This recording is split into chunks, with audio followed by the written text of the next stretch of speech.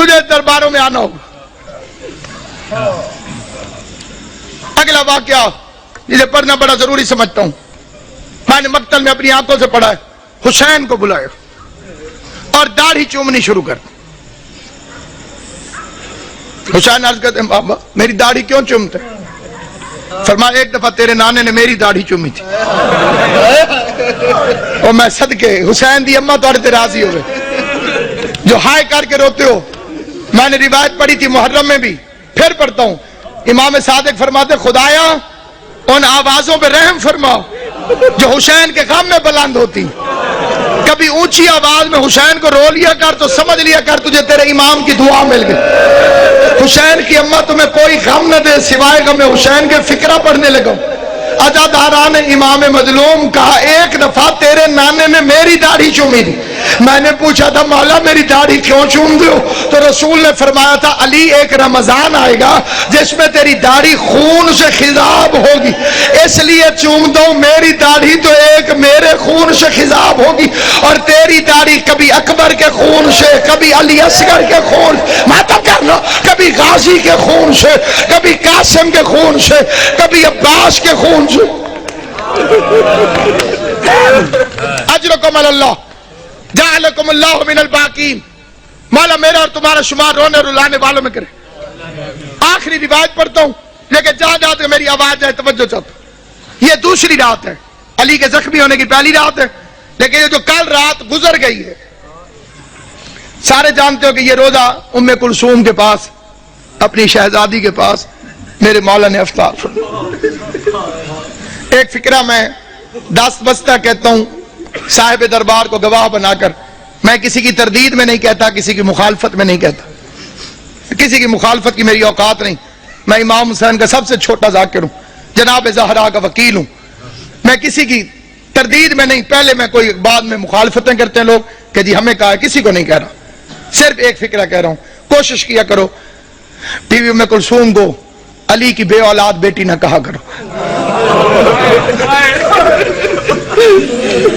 یہ توہین ہے اس گھر کی۔ اس کا نام تھا زینب صغرا اور کنیت تھی ام کلثوم۔ ام کلثوم کا مطلب ہے کلثوم کی ماں۔ کلثوم کی ماں اگر نام ہو تو وہ بے اولاد نہیں ہوتی۔ دو چیزیں سامنے رکھی، دودھ اور نمک۔ علی علیہ السلام نے نمک رکھ لیا، فرمایا دودھ سنبھال کے رکھ، ممکن ہے صبح میرا کوئی مہمان آنے والا،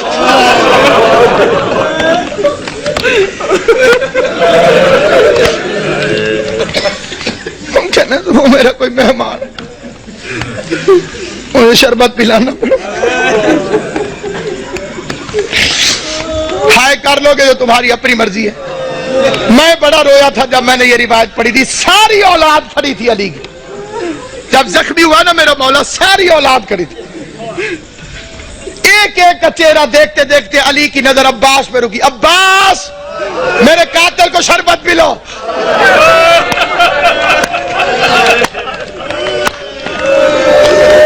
غازی کے امتحانوں کا آغاز ہو گیا، عباس کے امتحانوں کا آغاز ہو گیا۔ میں کائنات قربان کروں، سوچ سکتے ہو جب غازی گھر گیا ہوگا کہ بہن زینب مجھے شربت بنا کے دے، زینب نے پوچھا ہوگا کس سے پلانا ہے، عباس کی آواز آئی ہوگی بابا کا قاتل پیاسا ہے، بابا نے مجھے حکم دیا ہے عباس اپنے ہاتھوں سے۔ ہائے کریم، ہائے کریم۔ کل کی رات کی ایک روایت پڑھتا ہوں، جو کل کی رات گزری ہے جب امن تھا علی کی بیٹیوں کے گھر۔ آج کا دن تو بڑا بے چینی سے گزرا، تم نے افطار کیا ہے، سحری کا انتظار کر رہے ہو، علی کی بیٹیاں بس نمک چکھ لیتی تھی روزہ ہوتا، نہ روزہ چھوڑ سکتی تھی نہ بابا کا غم چھوڑ سکتی۔ فکرہ پڑھتا ہوں میں، فکرہ لیکن اس فکرے پر کوشش کرنا کہ تمہارے آنسو آ جائیں، آنسو نہ آئے تو ہائے ضرور کرنا۔ بھائی عمران شاہ جی میں نے مقتل میں پڑھا ہے، سارا دن برقعے کے اندر پردے کے پیچھے اپنے گھر میں باپ کو چھپ چھپ کے دیکھتی رہی۔ کوئی تو سمجھے گا میرا فکرہ۔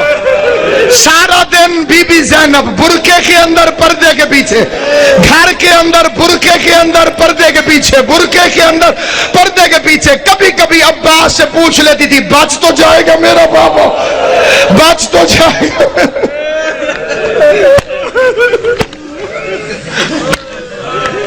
آج کے دن کا واقعہ علماء پڑھتے ہیں، علی کی آنکھیں بند ہیں، کافی دیر چھپ کے دیکھتی رہی، عباس سے پوچھتی آ جاؤں میں؟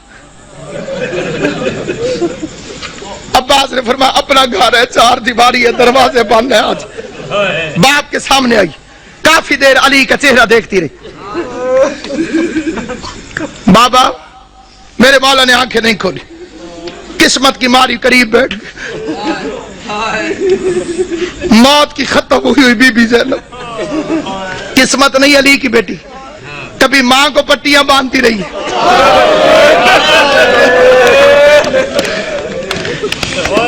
باپ کا زخمی سر میری شہزادی نے اپنی جھولی میں رکھو، چہرے کو دیکھ کے ایک فکرہ کا ہے، دیکھ کے کہتی ہے بابا ساری زندگی تیری خواہش تھی میں تیرے سامنے آ کے باتیں کروں، بابا میں شرم کے مارے سامنے آ نہیں سکی، بابا پردیس میں مجھے جدائی نظر آ رہی ہے، آنکھیں کھول میری خواہش ہے مجھ سے کچھ باتیں کر، بابا آج میرا دل کرتا ہے آنکھیں کھول، آنکھیں کھول۔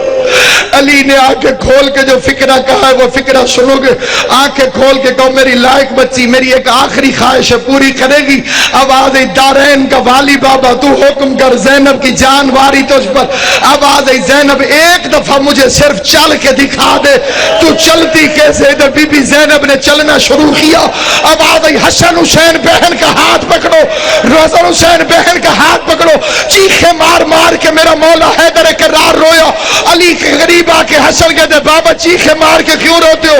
آواز روتے اس لیے ہو جو علی جیسے باپ کے سامنے اپنے گھر کے اندر نہیں چل سکتی، 9 لاکھ شرابیوں کے مجمع میں شام کا بازار ہوگا، زینب عالیہ ہاتھوں میں ہتھکڑیاں بال کھلے ہوئے اور کائنات ختم کیوں نہ ہو گئی؟ بے غیرت شراب پی رہے تھے، ڈھول بجانے والے ڈھول بجا رہے تھے، آواز آتی تھی تماشا دیکھو حیدر کرار کی بیٹیاں،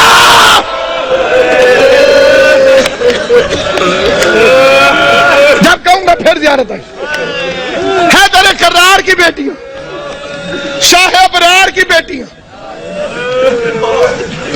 آج بابا لیتا ہے کل 7 نماز میں تھا، کل کی رات کی لیلۃ القدر کا آغاز، مومنوں کے گھروں میں بڑی عبادت ہوتی ہے تو امیر المومنین کا گھر تھا، جنہیں لیلۃ القدر کی عبادت معلوم ہے جو اس سے مستفید ہوتے ہیں ان خوش نصیبوں سے میری التماس سے وہ میری حمایت کریں گے۔ علی کی بیٹیاں قرآن سر پہ رکھ کے بے کہ یا اللہ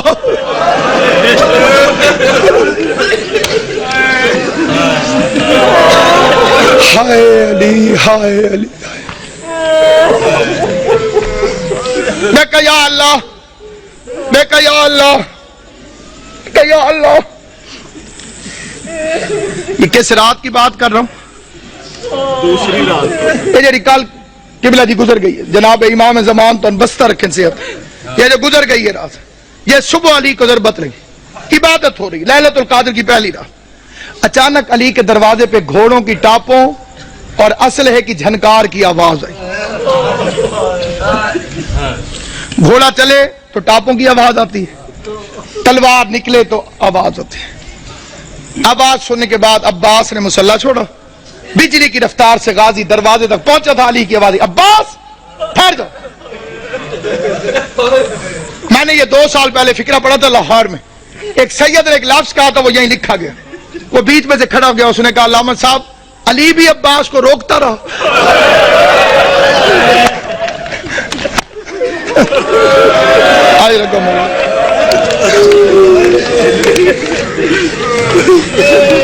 علی بھی عباس کو روک دو، غازی کو روک کر میرا مولا باہر نکلا، کیسے میرے مولا نے دروازہ کھولا کیا دیکھتے ہیں 4 گھوڑے سوار کھڑے، انہوں نے نقابیں کی ہوئی ہیں، ان کے ہاتھوں میں ننگی تلواریں اور وہ گھوڑے پر بیٹھے ہوئے، ایک ہاتھ سے گھوڑے کی رکابیں پکڑی ہوئی، دوسرے ہاتھ میں تلواریں علم بنائی ہوئی اور چہرے پہ نقاب۔